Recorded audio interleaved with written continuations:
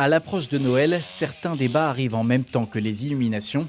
Parmi eux, un choix qui divise. Faut-il installer un sapin naturel ou artificiel?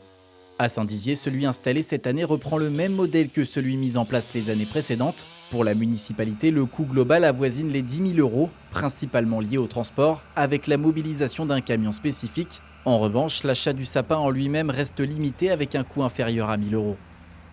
Avant, la place de l'hôtel de ville de Chaumont se couvrait de multiples sapins et décorations pour les fêtes de Noël. Cette année, la commune voulait frapper plus grand, à l'image de Strasbourg, en installant un véritable sapin majestueux au centre de la place. Mais très vite, des contraintes techniques sont apparues, la présence de voûtes et de caves souterraines empêchant la mise en place du support. On est sur une structure métallique sur laquelle on va venir mettre des petits sapins qui sont installés dans des fourreaux. Et là, typiquement, sur celui installé à Chaumont, il y a plus de 50 sapins qui sont installés sur cette structure. Et on a pu disposer le sapin de telle manière à ce qu'on puisse aussi aménager autour les chalets et encore une fois la visite du public.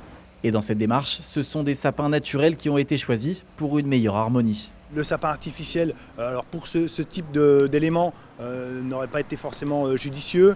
Le sapin naturel, il a quand même le côté, j'allais dire, il a son charme. Il y a aussi les odeurs. Ça permet aussi une installation rapide. Ça permet aussi de calibrer cette structure.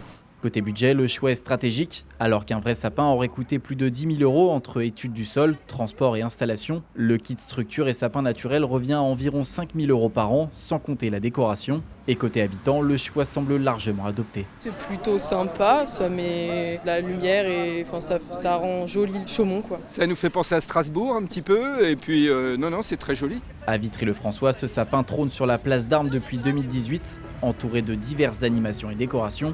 De loin, on pourrait le prendre pour un sapin ordinaire et pourtant il est complètement artificiel. Au prix de 20 000 €, il a remplacé son prédécesseur qui, lui, était naturel et coûtait entre 4 000 et 5 000 €. Pour la ville, il s'agit d'un choix raisonné au niveau du développement durable, de la pérennité et de la sécurité. Finalement, on s'est aperçu que ce sapin, cet arbre, qui avait vocation à être utilisé en menuiserie, mais il finissait en rondelles, débité à la déchetterie.